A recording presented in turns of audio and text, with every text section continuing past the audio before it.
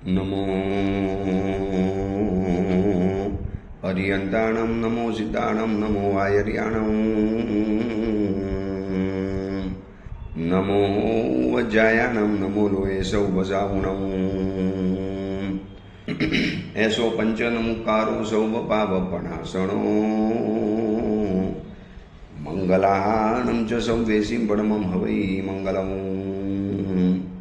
મંગલમ ભગવાન વીરો મંગલમ ગૌતમ પ્રભુ મંગલમ સ્થૂલભદ્રાદ્યા જૈન ધર્મોસ્તુ મંગલમ. પ્રવચનનો વિષય છે અંતિમ આરાધનાનો અમૃતકુંભ, સંવેગ રંગશાલા ગ્રંથ. આજથી 1000 વર્ષ પૂર્વે બનેલો અને 4 મહાદ્વાર, 43 પેટાદ્વાર અને 10,000થી પણ વધુ ગાથાની અંદરમાં વિસ્તરેલો, વહેંચાયેલો આ સંવેગ રંગશાલા નામનો ગ્રંથ આપણા હૃદયની અંદરમાં આપણા મનના મકાનને સંવેગના રંગથી રંગવાનો એક પ્રયત્ન કરે છે. આપણે જાતે તો સંવેગના રંગથી મકાનને રંગ્યું નથી, કારણ કે સંસારનો રંગ આપણને ગમતો હતો. એટલે અનંતકાળની અંદરમાં આપણે આ સંસારના રંગને રંગીને મનને એવું રંગી નાખ્યું છે ને કે હવે એ રંગ આપણને પોતાનો લાગે છે. જાણે કે સંવેગ રંગ આપણને પરાયો લાગે. હકીકતની અંદરમાં સંસારનો રંગ પરાયો છે અને સંવેગનો રંગ તો આપણો પોતાનો છે. આપણો સ્વયંનો સંવેગનો રંગ છે, જે આપણને કામ લાગવાનો, જે આપણા માટે કલ્યાણકારી છે, જે આપણા માટે જરૂરી છે, જે આપણો આત્માનો ઉદ્ધાર કરનારો છે. આ સંસારના રંગે તો આપણને શું કર્યું પણ ખબર નહીં. કોઈક નબળી પડે, અનાદિકાળથી આપણને એનું આકર્ષણ એવું મગજમાં ઘૂસી ગયું અને આ સંસારના રંગની અંદરમાં રંગાતા જ ગયા. હવે આજે સંવેગના રંગને લગાડવો હોય છે ને તો આપણને જ ભારે પડે છે. મતલબ કેવું થયું, આપણા પોતાના મનના મકાનમાં કયો કલર કરવો ને એ હવે આપણા હાથમાં પણ નક્કી નથી રહ્યું. સંસારનો રંગ સંસાર લગાવી જાય અને આપણે સંવેગનો રંગ લગાવવાની કોશિશ કરીએ તો મન આનાકાની કરે, મન ના પાડી દે, મન એને સ્વીકારે નહીં. તો આવા ગ્રંથો, એનો સ્વાધ્યાય, આ બધી વાતો આ મહસેન રાજા પૂજ્ય ગૌતમ સ્વામીજી પાસે જે અંતિમ વિધિની જે આરાધના સમજવા માટે ગયા, પરમાત્માનું નિર્વાણને જોયા પછી મહસેન રાજાને પણ એક ડર નથી લાગ્યો, જો ભય નથી લાગ્યો. મોત તો આવવાનું છે, શું ગભરાઈને કરશો? મોત ગમે ત્યારે આવવાનું છે. આ દુનિયામાં બાકી બધું અનિશ્ચિત છે અને એકમાત્ર સદા માટેનું જો નિશ્ચિત હોય કે જે આવશે જ. તમારા લગ્નની અંદરમાં અમુક મહેમાન આવે અને અમુક મહેમાન ન આવે, કોઈ નક્કી નથી હોતું. પરંતુ મોત એવું છે ને કે આવે અને આવે છે. મોત કાયમ માટે આવવાનું, ગમે ત્યારે મોત આવવાનું છે. તે મોતની આપણે તૈયારી કેટલી કરી? એ મોતની સામે આપણે જવાની તૈયારી એટલે અંતિમ આરાધનાની વિધિ. તો સંક્ષિપ્તની અંદરમાં બધી જ આરાધના આપણને બતાવી અને એના માટેના 2 આપણને એક્ઝામ્પલ, 2 કથા પ્રસંગો બતાવ્યા. એક તો આપણે ગઈકાલે જોયો છે મધુરાજાનો. આની જેમ જ આપણને પણ અચાનક કોઈ જીવન સંબંધી ઉપદ્રવ આવી ગયો, કોઈ જીવન સંબંધી તકલીફ આવી ગઈ. રસ્તામાં ચાલતા એટેક આવે છે અને માણસ રોડ ઉપર બેહોશ થઈને પડી પડે છે. હવે એ સમયની અંદરમાં હમણાં જ ગઈકાલના પેપરની અંદરમાં સમાચાર વાંચ્યા કે આ સુરતથી નવસારી જતા કોઈ ટેમ્પો ચાલક, એને છાતીની અંદરમાં ગભરામણ જેવું થયું. તરત જ એને ટેમ્પો સાઈડની અંદરમાં લઈ લીધો, એને બ્રેક મારી અને 2 હાથ છાતી ઉપર મૂકી અને કણસી રહેલો હતો અને એટલામાં જ એનું ત્યાં ને ત્યાં મોત થઈ ગયું. હવે એટેક આવ્યો અને મોત થયું. ઇન બિટવીન ક્યારેક 10 સેકન્ડ, ક્યારેક 10 મિનિટ, ક્યારેક અડધો કલાકનો સમય મળે છે. બસ એ અડધો કલાક છે ને આપણા માટે અતિશય મહત્વનું છે. આ અડધો કલાકની અંદરમાં જો અંતિમ આરાધના કરતા આવડ્યું, એ અડધો કલાકને જો આપણને સાચવી લેતા આવડ્યું, એ અડધો કલાકની અંદરમાં જો આપણે આ બધી વિધિ એને કરી લીધી ને તો માનો આપણા જીવનનો બેડો પાર છે. આખી જિંદગી સામાયિક કર્યું, પૂજા કરી, પતિક્રમણ કર્યું, તપસ્યા કરી, પ્રવચનોનું શ્રવણ કર્યું, સાવક જીવનના આચારો પાડ્યા, બધું જ કર્યું. આખી જિંદગી કરવાની બધી જ આરાધના કરી લીધી, પણ અંતિમ સમયને સાચવતા ન આવડ્યો. આવો સમય જો સાચવતા ન આવડ્યો ને તો પછી કદાચ આપણી એ કરેલી આરાધનાનું ફળ મળશે પણ દુર્ગતિની અંદરમાં કદાચ જવું પડે, કારણ કે એ વખતની આર્ત ધ્યાન, એ વખતની જે પીડા, એ પીડાની અંદરમાં ગયેલું જે મન અને મનના કારણે આપણને કદાચ કોઈક એવું જ વિચિત્ર પ્રકારનું આયુષ્ય બંધાઈ શકે છે. માટે જ આ અંતિમ આરાધનાની તૈયારી આપણને બતાવી કે મોત ગમે તારે આવે, ગમે તારે આવશે, તમે તૈયાર રહેજો. ક્યારે પણ મોત આવીને દરવાજો ખખડાવશે, તમારે એના માટે તૈયાર રહેવાનું અને અંતિમ આરાધનાની તૈયારી કરી લેવાની. જે મધુ રાજાને કરી એવું જ બીજું દ્રષ્ટાંત બતાવે છે સુકોસલ મુનિનું. સુકોસલ મુનિનું પણ આ દ્રષ્ટાંત જાણવા જેવું છે. સાકેત નામનું નગર છે, એમાં કીર્તિધર નામના રાજા છે. એ રાજાને સહદેવી નામની પત્ની અને એમને રાજપુત્રનો જન્મ થયો છે સુકોસલ. આ ઇક્ષ્વાકુ વંશની પરંપરાની અંદરમાં આવનારા રાજાઓમાંથી એક આ કથા છે. જૈન રામાયણ એની અંદરમાં આવનારી આ કથા છે. હવે આ સુકોસલ થોડોક મોટો થયો એટલે કીર્તિધર રાજાને કોઈક મુનિ ભગવતનો પરિચય થયો. મુનિ ભગવતના પરિચય થવાના કારણે રાજાને વૈરાગ્ય પેદા થયો. ભર યુવાની વય છે, નાની ઉંમરનો સુકોસલ દીકરો છે, રાજપુત્ર હજી નાનો છે, પણ વૈરાગ્યનો રંગ, સંવેગનો રંગ જ્યારે ચડે છે ને, પછી માણસનો આત્મા હાથમાં નથી રહેતો. અને રાજાએ કીર્તિધર રાજાએ સંયમ જીવનનો સ્વીકાર કરી લીધો. હવે આ જોયા પછી છે ને સહદેવી રાણી એને એટલી બધી મનની અંદરમાં બીક લાગી ગઈ કે આ મારા પતિનો દીકરો છે કીર્તિધર રાજાનો, જો પિતાજી આવા અચાનક સંવેગના રંગે રંગાઈ ગયા તો દીકરો પણ આવા કદાચ સંવેગના રંગે રંગાઈ શકે એમ છે. એટલે હવે આ દીકરો કોઈ પણ સાધુના પરિચયની અંદરમાં આવવો ન જોઈએ. એટલે એને શું કર્યું, સાકેત નગરની અંદરમાં એક જાહેર ફરમાન કાઢ્યું, કોઈ પણ જૈન સાધુએ સાકેત નગરની અંદરમાં નહીં આવવાનું, કોઈએ પણ નહીં આવવાનું, એન્ટ્રી જ નહીં કરવાની. સાધુ આવે તો મારો દીકરો પરિચયમાં આવે, પરિચયમાં આવે તો એને સંવેગનો રંગ ચડે, અને સંવેગનો રંગ ચડે તો દીક્ષા માટે જાય. આ દીકરો મારો વાલો છે, પ્રાણ પ્યારો છે, હું આને દૂર નહીં કરી શકું. અને એવી જાહેરાત કરી દીધી. હવે એક દિવસ વિહાર કરતા કરતા કરતા કીર્તિધર રાજા પોતે, જે નગરના પોતે રાજા હતા, જે નગરના પોતે શાસક હતા, જે નગરની અંદરમાં પોતે રાજા તરીકે સિંહાસન ઉપર બેઠેલા હતા, એ જ નગરમાં વિહાર કરતા કરતા કરતા બધા રહ્યા. હવે લોકો થોડી ના પાડવાના, ભાઈ આ તો આપણા રાજા મુનિવર, આપણા રાજર્ષિ મુનિવર, આ તો આપણા પુરાણા રાજા. લોકોએ ખૂબ સ્વાગત કર્યું, ખૂબ ભક્તિભીનું સ્વાગત કર્યું. અને આ સમાચાર સહદેવી રાણીને મળ્યા છે. અને સહદેવીનો આત્મા ફફડી ઉઠ્યો કે આ દીકરો જો એના પરિચયમાં જશે ને તો કદાચ ચોક્કસ એના જ વૈરાગ્યના બીજ આના લોહીમાં પડેલા છે, અને વરી પાછો અને સંવેગનો રંગ ચડશે તો મારો તો દીકરો એક જ છે, રાજ્ય કોણ સંભાળશે, આ રાજ્યની વ્યવસ્થા કોણ કરશે, મારું ઘડપણનો આધાર કોણ.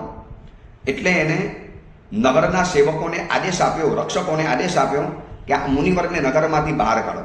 સમજી લેજો, પોતાના પતિ મુનિવર છે, પોતાના દીકરાના પિતા મુનિવર છે, અને આ સાકેત નગરના ભૂતપૂર્વ રાજર્ષિ છે અને મુનિવર બનીને આવ્યા છે.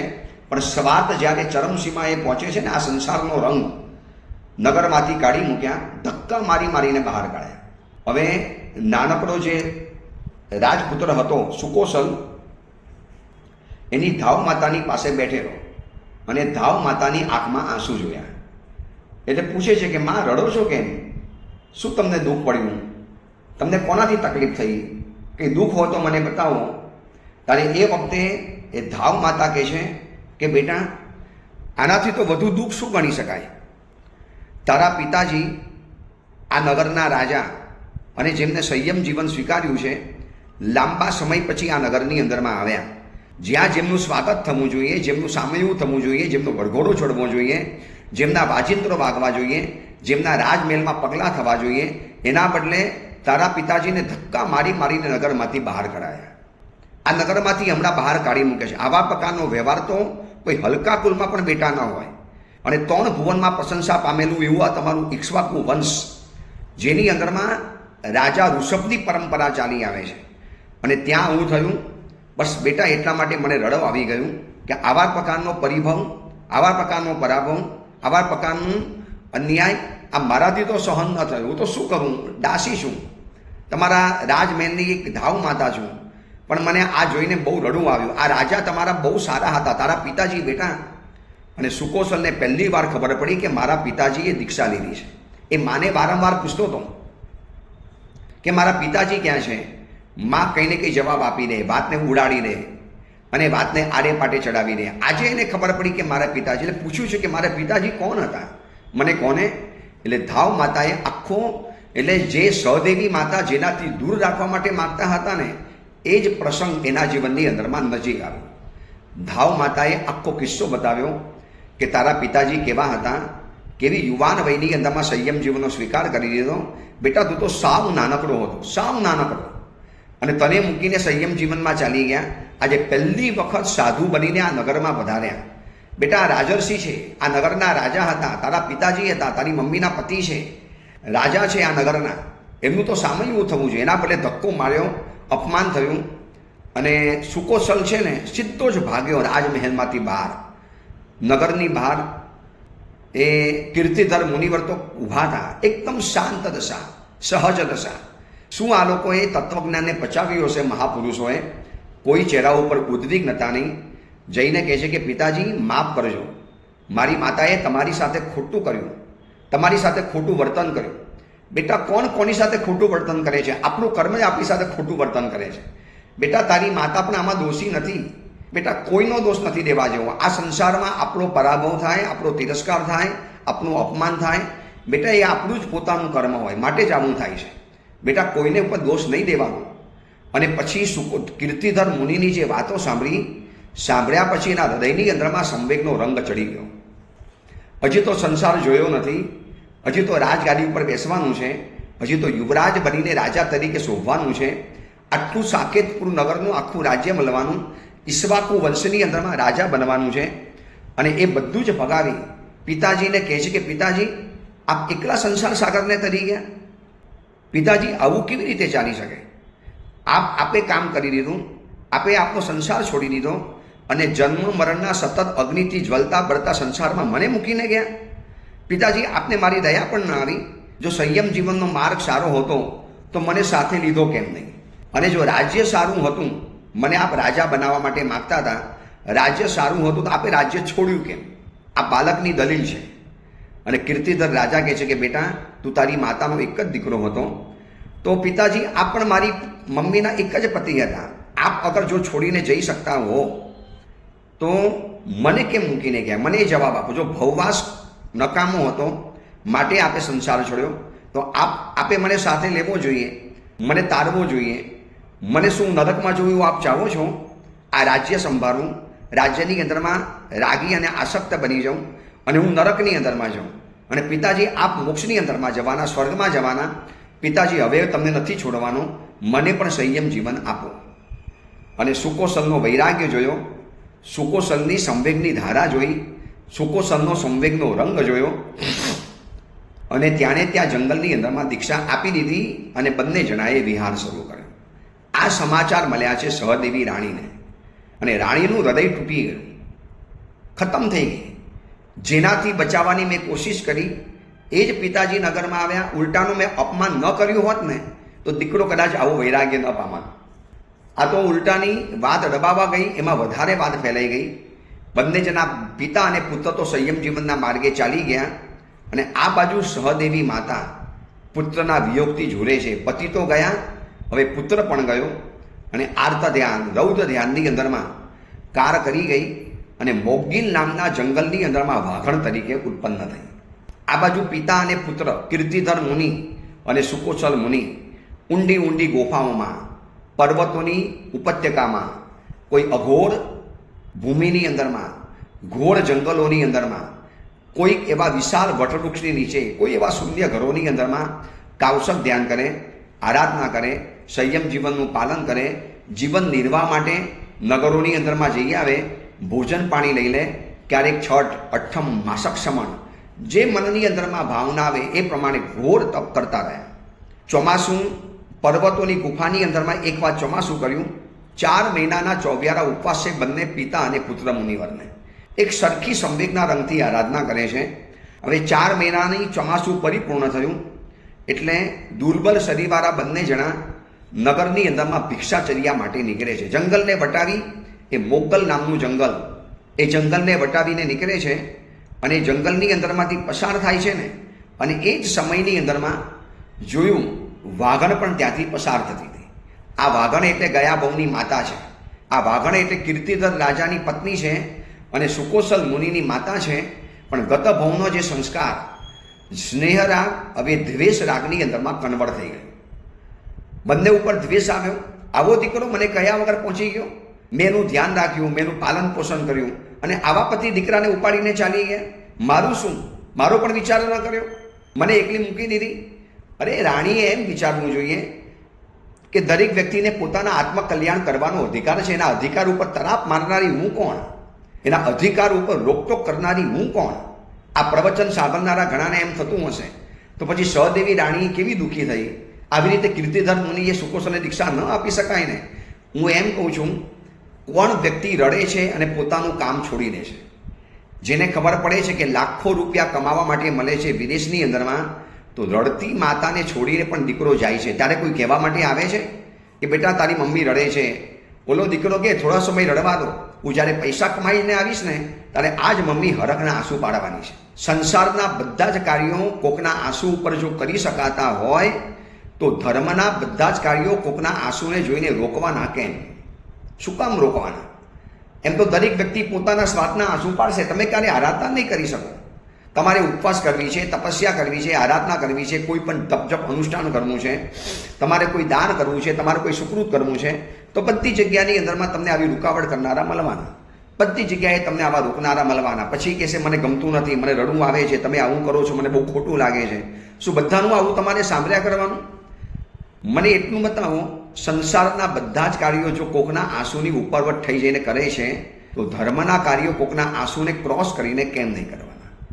બધી જગ્યાએ એમ કહેવાનું માતા પિતા રડતા ન મૂકી શકાય, જો સ્વજનો રડે છે, જો તમારો પરિવારજન રડે છે. ભાઈ એ તો સંસાર માટે પણ રડતા હતા. દીકરો રડતો તો છતાં પણ મમ્મીએ સ્કૂલમાં એને રવાના કર્યો. દરેક કન્યા લગ્ન કરીને જ્યારે કન્યા વિદાયનો સમય હોય છે ને, જ્યારે સમય કન્યા વિદાય જ્યારે હોય છે ત્યારે દીકરી ધુસકે ધુસકે રડે છે. કોઈ બાપે કીધું બેટા આટલું દુઃખ થાય ને, ચલો પાછા ઘરમાં આવી જાઓ, આપણે લગ્ન નથી કરવા. કોઈ બાપાએ, કોઈ પિતાએ આવું કીધું? એ તો રડે, લગ્ન કરાવી દેવાના. તો પછી સંસારના બધા જ કાર્યો જો કોક રડતા હોય ને કરી શકાય તો ધર્મના કાર્યો કોઈ રડે તો અડકાવાના કેમ? આ સવાલ જાતને પૂછજો, આવું મનમાં થશે તમને.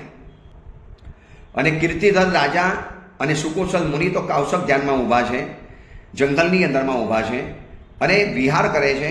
અને એમને જોયું કે કોઈ વાઘણ ધસમસતી આવે છે. ગત ભવનો જે રાગ હતો ને હવે દ્વેષમાં કન્વર્ટ થયો અને દોટ મૂકી છે ખાવા માટે. એવી દોટ મૂકી બંને મુનિવરો સમજી ગયા કે ભૂખી તરસી આ વાઘણ આજે આપણને છોડવાની નથી. વિચારજો, ગત ભવની માં છે, ગત ભવની પત્ની છે, સામે ઉભેલા બે મુનિવર, એક પિતા મુનિ, એક પતિ મુનિવર છે અને એક પુત્ર મુનિવર છે. પણ એનો જે દ્વેષ ભાવ જે ફૂટાયો છે ને, સીધી જેને તરાપ મારી. એક જ તરાપની અંદરમાં બંને જણા નીચે પાડ્યા. મુનિવરો તો પ્રતિકાર નથી કરતા, રાજવી હતા, પ્રતિકાર કરી શકતા હતા, લડવાની તાકાત છે, લડી પણ શકતા હતા. પણ મુનિવરોએ જોયું કે હવે અંતિમ આરાધના કરવાનો સમય આવ્યો છે. બસ આ કથા આપણને એ બતાવવા માટે માગે છે કે સંક્ષિપ્તની અંતિમ આરાધના કેમ બતાવી? આવો કોઈ કટોકટી આવી, આવા જ આપણે જંગલમાં ગયા હોઈએ, કોઈ રાણી પશુ ટાળક્યું, કોઈ હિંસક જાનવરે હુમલો કર્યો, કોઈએ આપણી ઉપર ખૂન કર્યું, કોઈએ આપણી ઉપર હુમલો કરી દીધો, અથવા તો આપણે પગ ફસલ્યો અને પર્વતથી નીચે પડ્યા, ઘાયલ થયા, મરવાની અણી ઉપર છીએ. અને એ સમયે આ અંતિમ આરાધના જીવનની અંદરમાં કરવાની છે. આ અંતિમ આરાધનાને સાચવી લેવાની છે. બસ એ સમયની અંદરમાં મુનિવરોએ જોયું કે ભાઈ હવે આપણે અનશન લઈ લઈએ, હવે આ મરણાંત ઉપસર્ગ છે, આમાંથી બચ્યા તો ઠીક છે, બાકી બચવાનો ચાન્સ નથી. જે રીતે ધસમસતી વાઘણ આવે છે, વિરૂઈ વાઘણ ધસમસતી આવી અને બંને મુનિવરોને તરાપ મારી, પંજાથી ગળું ફાડ્યું, નસમાંથી ધગધગતું લોહી પીવા માંડી. આ વાઘણને ખબર નથી કે આ તમારા ભવના પતિ છે અને તમારા પૂર્વ ભવનો આ પુત્ર છે.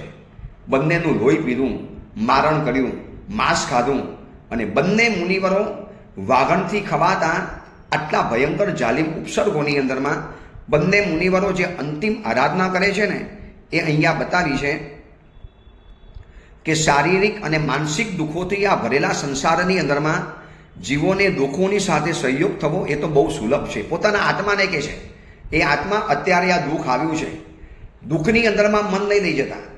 આત્મા દુઃખની અંદરમાં મન નહીં લઈ જાઓ. શરીરને પીડા છે, આત્માને પીડા નથી. અને શારીરિક માનસિક કષ્ટોથી ઉભરાતો આ સંસાર છે. અને આ સંસારમાં સર્વે સંસારી જીવોને આવા દુઃખો તો બહુ સુલભ છે. અન્યથા આ સંસારની અંદરમાં બોલા 500 સાધુઓ ઘાણીમાં ન પીલા, મહેતારજ મુનિને વાધર ન વીટા, બોલા યવન રાજાએ મુનિવરનું ડોકું ન કાપ્યું હોત. પોતાના આત્માને કહે છે કે જો કેવા કેવા મોટા મુનિવરોને પણ તકલીફ આવી છે, કેવા કેવા મહાન મુનિવરોને મરણાંત કષ્ટ આવ્યું છે. નેમનાથ પરમાત્માના સમયની અંદરમાં ગસ્સુકુમાર મુનિના મસ્તક ઉપર પણ આવા ખેરના અંગારા મુકાયા હતા. અને એમને પણ પોતાનો અંતિમ સમય જાણી અને સંક્ષિપ્તની અંદરમાં અંતિમ આરાધના કરેલી હતી. તો હે જીવ, હવે અંતિમ આરાધના કરવાનો સમય આવી ગયો છે. હવે આ વાઘણ ઉપર મન નહીં બગાડો. આ કેમ વાઘણ આવી ગઈ, કેવી પીડા થાય, કેવી તકલીફ થાય છે, આવું કશું જ વિચારવું નથી.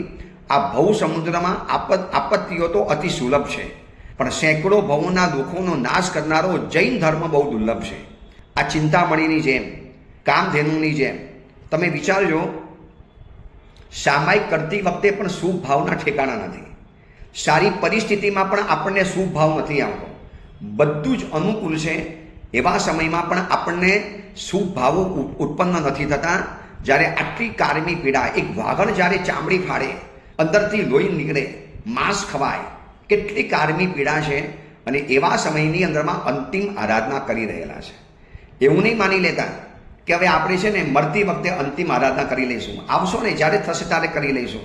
ભૈયા એની પ્રેક્ટિસ, એની તાલીમ અત્યારથી લેવી પડે. બસ હવે આગળ એ જ વાત આવવાની છે કે આ બધી અંતિમ આરાધનાની તૈયારી કેવી રીતે થાય. સારું, એસીમાં બેઠા છીએ, બધું જ અનુકૂળ છે, પેટ ભરેલું છે, આજુબાજુમાં સંયોગો અનુકૂળ છે. એવા સમયમાં પણ સમાધિ નથી રહેતી, એવા સમયમાં પણ શુભ ભાવો નથી આવતા. અને આપણે એવી કલ્પના કરીએ કે એવા સમયની અંદરમાં જ્યારે શરીરમાંથી પ્રાણ બહાર નીકળતા હોય, આખા આત્મપ્રદેશો ખેંચાતા હોય, જે રોગ થયો હોય ને એના જમ્સ શરીરને ખાઈ જતા હોય, કેન્સરની અંદરમાં માથાનો દુખાવો ભયંકર થતો હોય, કારમી પીડા હોય, રૂવાડે આગ લાગી હોય અને મરવાનો સમય આવે, એવા સમયની ભયંકર કાતિલ પીડામાં એમને માની લેવાનું કે અંતિમ આરાધના કરી દઈશ. એ જે મહાપુરુષો કરી શકે. અને વાઘણ શરીર ફાડે છે, બળકા કરીને શરીર ખાય છે. ધીરે હાથ ખાય, પગ ખાય, આંગળીઓ ખાય, આંખને ફોડી નાખી, એક અંગને ખાતી સીધું મોત નથી લાવતી. અને આવી કારમી પીડાની અંદરમાં બંને મુનિવરો એકબીજાને કહે છે સમાધિમાં રહેજો. પિતા પુત્રને કહે છે, પુત્ર પિતાને કહે છે કે મુનિવર સમાધિમાં રહેજો. ચિંતામણીની જેમ, કામધેનુની જેમ, કલ્પવૃક્ષની જેમ આ ધર્મની પ્રાપ્તિ અતિ દુર્લભ થઈ છે, મહાપુણ્યથી આપણને મળી છે. આ અનાદિ સંસારની અંદરમાં દોષો તો આપણને બહુ લાગ્યા છે. બસ એ બધા દોષોને અત્યારે આપણે ખમાવા છે. નિરતિચાર સંયમનું પાલન કર્યું છે, છતાં પણ કોઈક જગ્યાએ દોષો તો લાગ્યા છે. બસ એ બધાને મારે ખપાવા છે. જગતના સર્વ જીવોને ખમાવા છે. આ વાઘણને પણ હું ખમાવું છું. આ વાઘણ બચારી અજ્ઞાની છે, એને ખબર નથી કે શું કરી રહેલી છે. તો આ વાઘણને પણ મારે ખમાવી છે. આ વાઘણ ઉપર પણ મારે દ્વેષ નથી કરવો. આત્મા શોક નથી કરતો. ભલે કર્મથી પરતંત્ર છે, પણ જીન વચન મળ્યું છે, તો મારે હવે શોક નથી કરવો. આ વાઘણ ઉપર મારે દ્વેષ પણ નથી કરવો. અને આવું વિચારતા બંને મુનિવરોએ કર્મ મેલને ધોતા ગયા. તમે વિચારજો, એક બારણાની અંદરમાં આંગળી આવી જાય છે ને, આપણે ચીસ પાડી ઉઠીએ છીએ. આપણે સૂતા હોઈએ અને આપણા હાથ ઉપર કોકનો બૂટ પહેરેલો પગ પડે ને, આપણે એની ઉપર ભયંકર ગાળાગાળી કરીએ. આંધળા છો, જોતા નથી, અંધે હો, દેખતે નહીં હો, ચલના નહીં આતા હે, તમારે બાપને કોઈ ચલના શીખાયા નહીં, આવી આપણે ગાર બોલવા તૈયાર થઈ જઈએ. અને એ સમયની અંદરમાં વાઘણ દ્વારા આવો મરણાંત ઉપસર્ગ આવ્યો છે, ભયંકર પીડા આવી છે, ભયંકર કક્ષાનું મોત આવ્યું છે. અને બંને મુનિવરો અંતિમ આરાધના કરે છે, શુભ ભાવ સમાધિની અંદરમાં. અરિહંતા મે શરણમ, સિદ્ધા મે શરણમ, પંચ પરમેષ્ઠીનું શરણ સ્વીકારે છે, દુષ્કૃતોની ઘણા કરે છે, સુકૃતોની અનુમોદના કરે છે, જગતના સર્વ જીવોને કમાવે છે. અને એવી શુભ ભાવની ધારાની અંદરમાં ચડ્યા બંને મુનિવરો. એવા શુભ ભાવોની અંદરમાં રમતા ગયા કે બંને મુનિવરો અંતર્મૃતની અંદરમાં હજી વાઘણ શરીર ખાય છે, આ બાજુ વાઘણ શરીરને પીલે છે, એના લોહીને ઘટક પીવે છે. જેમ આપણે જ્યુસ પીએ ને, આપણે જેમ શરબત પીએ એમ વાઘણ એમના શરીરનું લોહી પીવે છે અને બંને મુનિવરો અંતકૃત કેવલી બની અને એ જંગલમાંથી સીધા મોક્ષની અંદરમાં પહોંચી ગયા.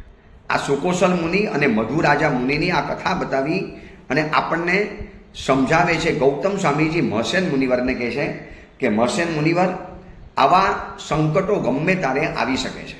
સંકટ આમંત્રણ પત્રિકા મોકલીને આપણને ચેતવતું નથી.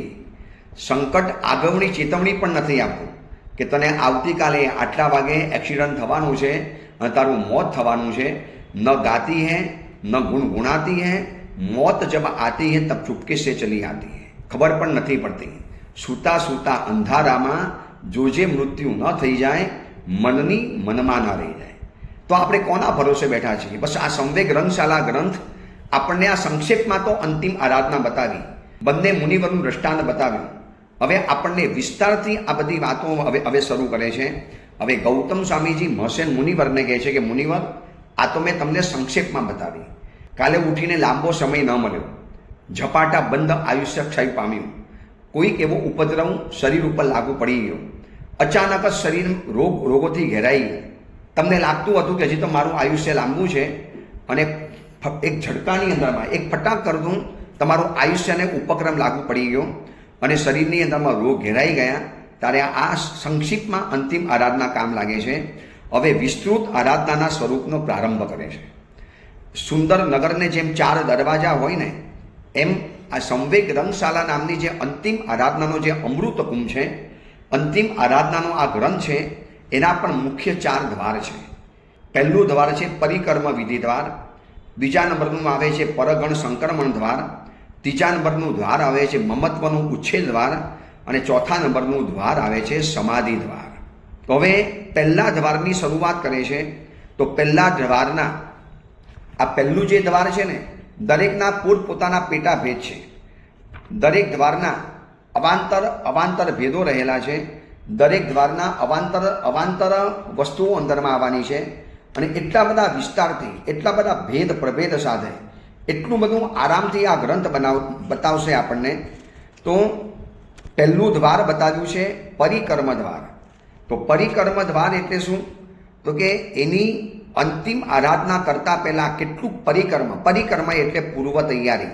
પરિકર્મ એટલે આપણી ભાષામાં કહીએ તો નેટ પ્રેક્ટિસ, કે બહુ મોટી આરાધનાની અંદરમાં જવું છે તો એની અંદરમાં તમારે એના પહેલા નંબરના 15 પેટા દ્વાર છે. આ પરિકર્મ વિધિની અંદરમાં અવાંતર 15 પેટા દ્વાર આવવાના છે અને એ દ્વારોને વિસ્તારથી અહીંયા વર્ણન કરવાની અંદરમાં આવશે. તો પરિકર્મ દ્વાર આવશે. બીજા નંબરમાં આવશે પરગણ સંક્રમણ દ્વાર. મારે મારી અંતિમ આરાધના કરવી છે ને, હું મારા ગચ્છમાં આરાધના કરું તો મને મારા શિષ્યોનો મોહ નડે, અથવા તો શિષ્યોને મારો પણ મોહ નડે. હું કદાચ બીમાર પડું તો શિષ્યો છે ને મને વગર પૂછી પાણી આપીને, ગુરુ ઉપરનો પ્રેમ હોય એટલે મારે આરાધના કરવી છે તો પરગણમાં જવાનું, બીજા ગચ્છમાં જવાનું. એટલે બીજા કચ્છની અંદરમાં મને એટલું બધું મમત્વ ન હોય, એ લોકોને પણ મારી ઉપર એટલું મમત્વ ન હોય, એટલે એ લોકો બહુ પ્રેક્ટિકલ રીતે મને આરાધના કરાવે. અને ત્રીજા નંબરમાં મમત્વ ઉચ્છેદ. જેટલા પણ મમત્વ લઈને બેઠેલા છે ને, મમત્વની ગાંઠ મારી છે, આ બધું છોડવું પડે. અને છેલ્લે સમાધિ દ્વાર.